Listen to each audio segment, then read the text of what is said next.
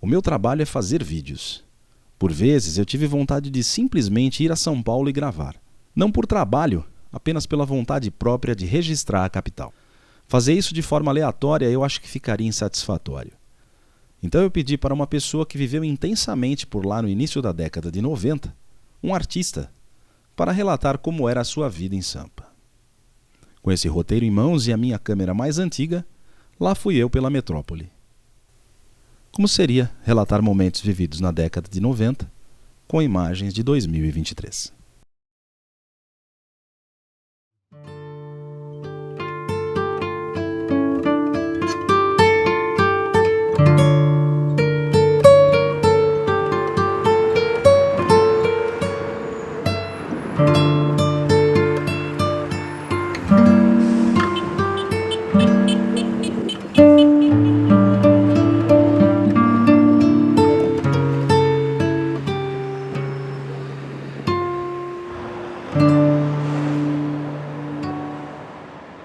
Sim, eu me lembro bem, apesar de fazer mais de 30 anos. Naquela época, quem vinha de ônibus da região do ABC para o centro de São Paulo desembarcava no Parque Dom Pedro II. Era uma área plana, extensa, com ponto de ônibus bem próximo ao outro.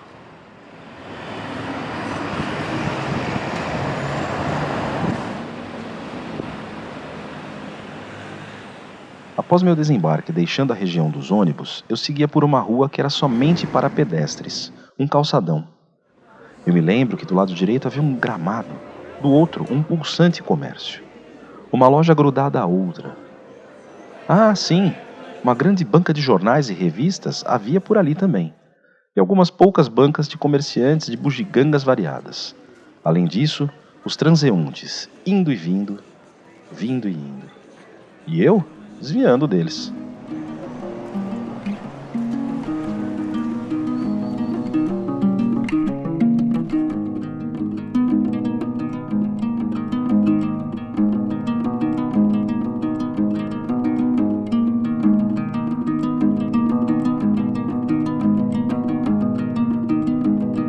O tumulto era maior aos sábados. Aos domingos, pelo menos, havia uma prazerosa tranquilidade, e isso me facilitava observar melhor os detalhes. Detalhes? Se havia algo naquela rua que me inspirava, eu nem me lembro. Eu acho que não havia. Aquele momento ali era apenas uma passagem para que eu logo chegasse ao meu destino. Talvez exista alguma similaridade disso com determinadas situações da vida, ou seja, atravessa-se por momentos tumultuados e sem atrativos para poder chegar ao destino.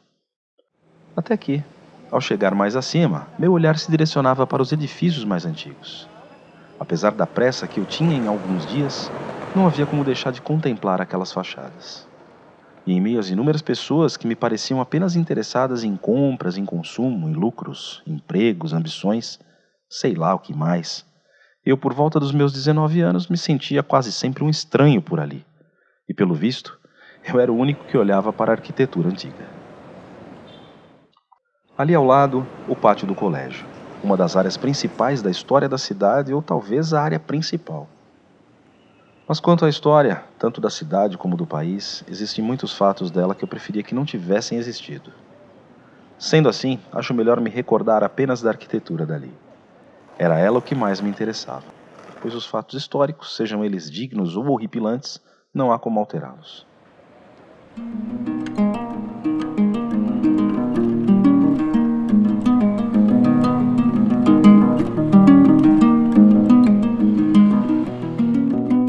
Pessoas em condições muito precárias de rua, parece-me que eram poucas que haviam ali naquela época.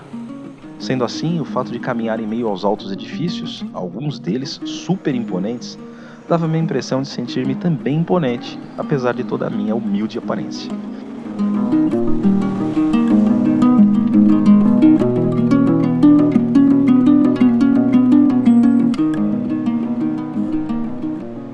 E entre os prédios de bancos famosos e em frente a lojas sofisticadas, centenas de transeuntes iam e vinham, vinham e iam. E embora eu me sentisse um ninguém ao caminhar em meio àquelas imponentes edificações, de repente me vinha outra vez a atrevida impressão de grandiosidade, a impressão de ter um peso em meio à sociedade paulistana. Sim, um peso, apesar da minha magreza. mas era apenas uma impressão que eu não levava muito a sério. Refletindo, analisando ou simplesmente caminhando, apressado ou com calma, sempre havia uma olhada para as fachadas antigas. E havia também o grande desejo de que aqueles prédios se mantivessem preservados por muito tempo.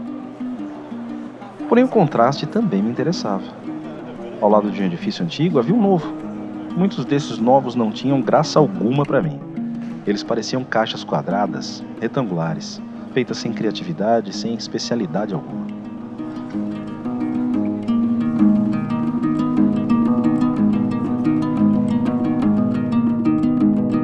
A Praça do Patriarca era um ponto interessante, pois servia como um sinal de que meu destino se aproximava.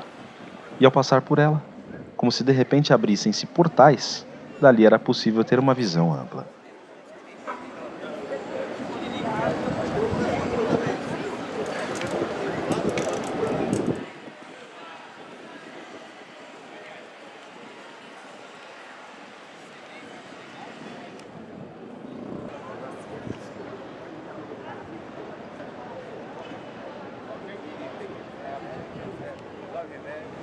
Logo adiante, um viaduto, e ele recebia o nome de Chá. Eu me lembro de ter me perguntado várias vezes no porquê de terem escolhido esse nome. Será que havia no passado plantações de ervas de chá por ali? Não sei, nunca pesquisei sobre isso. Mas sempre gostei muito desse nome, talvez porque sou um bebedor de chá. E sim, claro, havia muitos transeuntes sobre o viaduto. E eu me lembro também de uma grande banca de jornais e revistas. As imagens daquele curto caminho do Parque Dom Pedro II até o Viaduto do Chá foram as primeiras que permaneceram gravadas na minha memória de criança, de adolescente, de jovem. Elas representavam São Paulo para mim. Daquela época até os dias de hoje, houve muitas transformações, é óbvio. Não existe coisa alguma que permaneça como foi antes. Como disse o filósofo grego Heráclito, não é possível nadar duas vezes no mesmo rio. Tudo é um fluxo. Coisa alguma permanece estável. Mas eu me dou o direito de questionar se as transformações me agradam ou não, se elas contribuem para a saúde e para o bem-estar ou não.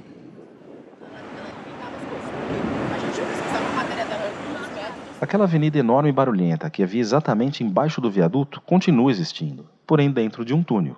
Esse foi um exemplo de transformação que me agradou.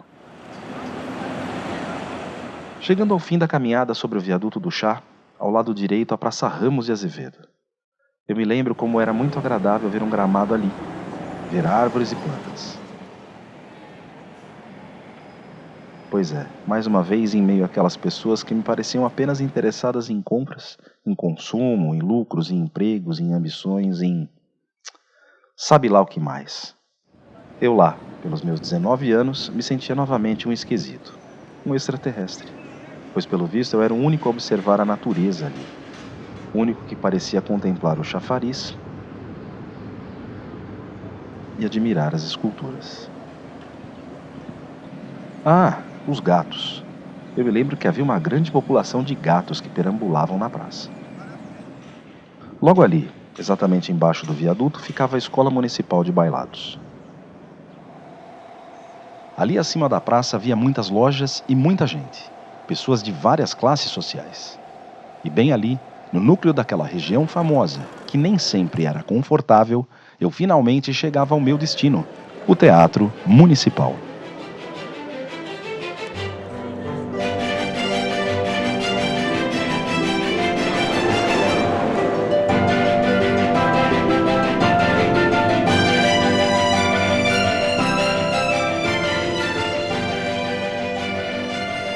Sim, muitas transformações ocorreram com o passar dos anos, tanto no ambiente como nas pessoas.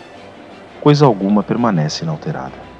Eu me dou o direito de questionar se as transformações me agradam ou não. Se elas contribuem para o bem-estar, para a saúde, para a alegria ou não.